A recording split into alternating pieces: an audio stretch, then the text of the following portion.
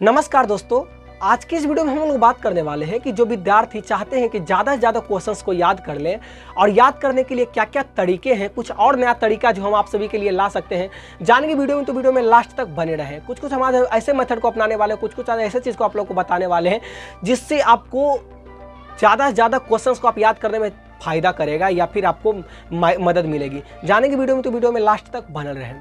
देखिए, सबसे पहला बात हम बताए थे आपको याद करने के लिए 3 टिप्स बताए थे। पहला नंबर पिक्चर्स बनाकर, दूसरा नंबर उसको अपने मोबाइल से रिकॉर्ड करके, और थर्ड नंबर बताए थे कि उसको रट्टा मार करके। अब इस पर तीनों पर डिटेलिंग से हम चर्चा करते हैं और आप सभी को ज़्यादा से ज़्यादा कैसे याद कर सकते हैं ये भी इन्हीं तीनों में छुपा हुआ है। सबसे पहला बात पिक्चर्स बनाकर। तो देखिए, पिक्चर्स बनाकर कैसे आपको याद करना है इस पर तो वीडियो हम ऑलरेडी बता चुके हैं, लेकिन हो रहा है क्या, यहाँ पर हम आई बटन में लिख दे देते हैं। लेकिन हो रहा है क्या यहाँ पर कि अभी हर एक क्वेश्चंस को अगर आप फिगर बनाकर आप याद करना शुरू कर देंगे तो अभी तो आपके पास बहुत से ऐसे क्वेश्चंस होंगे, तो अगर आप सभी को पिक्चर्स बनाना शुरू कर दें बहुत कम क्वेश्चंस को कवर कर पाएंगे। लेकिन हाँ, जितना भी क्वेश्चंस को कवर कर पाएंगे वो काफ़ी ज़्यादा याद हुआ रहेगा क्वेश्चंस।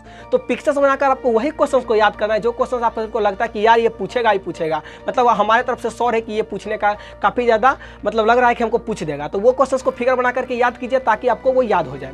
अब सेकेंड नंबर टिप्स था कि सुनकर। अब सुनकर याद करने की जरूरत इसलिए पड़ती है, जैसे हम देखिए आप सभी के सामने कोई गाना बजता है तो आप सब क्या करते हैं, उस पर लिपसिंग करते हैं।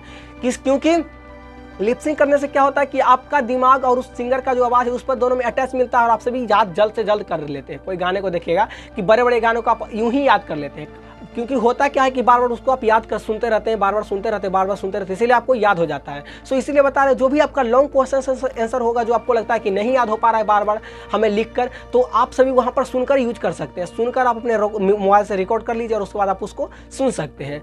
लेकिन अब ध्यान रखिएगा कि जो सुनने वाले नहीं है तो आप वो क्या कीजिएगा, वो क्वेश्चन को लिख कर भी याद कर सकते हैं। बार बार वही चीज़ को आप लिखिएगा, बार बार लिखिएगा। जो क्वेश्चन है उसको आप बढ़िया तरीका से पढ़ लीजिए। उसके बाद पढ़ने के बाद क्या कीजिए, आप एक कॉपी लेना है और देखना है कि हम क्या क्या लिख पाते हैं ये क्वेश्चन सही लेकर के।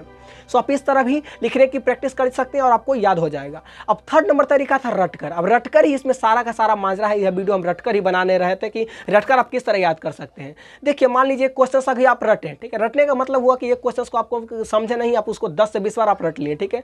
अब रट लिए तो निश्चित है कि हम सब कोई बताता है कि रटेगा तो भूल जाइएगा, लेकिन हम कहते हैं जैसे करके रटिए, भूलिएगा भी नहीं। देखिए, अब एक क्वेश्चन आ गया, ठीक है। उसमें ध्यान रखिएगा, एक क्वेश्चन जो होता है ना मेरे भाई, उसका जो आंसर होता है ना वो सब का सब आंसर इंपॉर्टेंट नहीं होता है।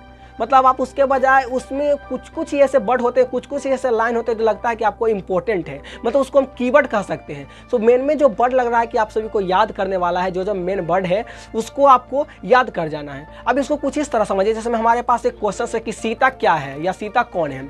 अब रामायण इतना तो पता है आप सभी को कि रामायण की पात्र है। अगर इसका आंसर इस तरह लिखा हुआ रहेगा कि सीता रामायण की पात्र है, सीता राजा दशरथ की पुत्री है, सीता राम की पत्नी है, सीता के 2 पुत्र हैं, लव और कुश, तो इसमें कीवर्ड कौन कौन हो गया। मुश्किल से कीवर्ड इसमें 2 कीवर्ड आपको ले लेना है। कौन कौन, कि सीता राजा दशरथ की पुत्री थी और सीता राम की पत्नी थी, ये 2 मेन कीवर्ड हो गया। अगर आप यही 2 को याद कर लीजिएगा तो आपको पूरा का पूरा आंसर्स को वहाँ पर दे सकते हैं, क्योंकि बाकी सब तो आपको पता ही हो। तो ये हो गया कीवर्ड।